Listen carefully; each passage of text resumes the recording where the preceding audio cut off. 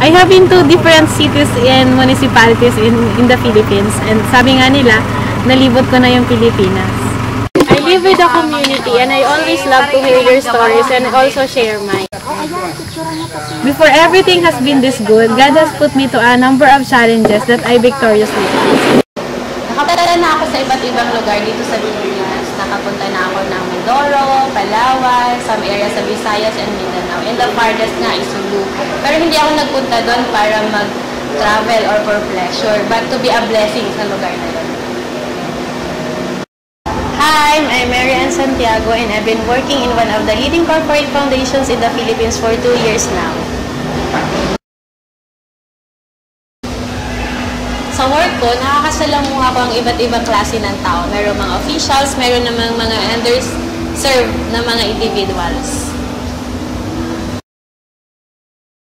One of the best experience that I had with the community is to be able to share yung positive things in their life.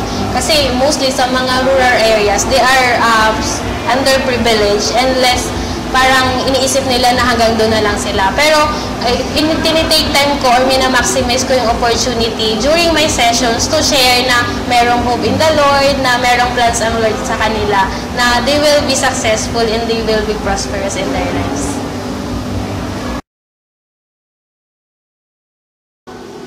My work is very demanding kasi most of the time naka-travel. And isa sa mga challenges na ino-overcome ko is to really have a ministry time with the people na initrasahan ko.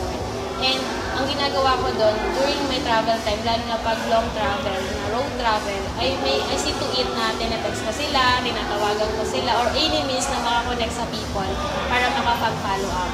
And last year, I started with 30 plus people. But this year, God has entrusted me 44 people. And I also experienced yung increase sa Sunday service attendances, increase din ng people sa involvement in the ministry, and increase sa encounter delegates. I thought being as a leader is enough, but when I joined production team, at first I feel I'm limited kasi because of the work schedule that I have. Pero when I realized na this is a place of growth and mas nakaka-work along ka with different kinds of people na tumutulong sa'yo na ma-bring out yung best sa'yo. The Lord blessed me, and yung blessing na yun na-extend na din sa family. Aside from helping them financially, I also got a chance to invite, and recently, yung cousin ko nag-encounter na din, and yung dalawa kong kapatid nagsa-Sunday service. To go to the next level, you need to challenge yourself. You need to desire for it and act upon it. God has something better for us that only together with us it can be made perfect. I am a development worker, I am as a leader, I involved in production ministry, and this January I'll be starting my master's degree. But these things won't stop me from serving the Lord.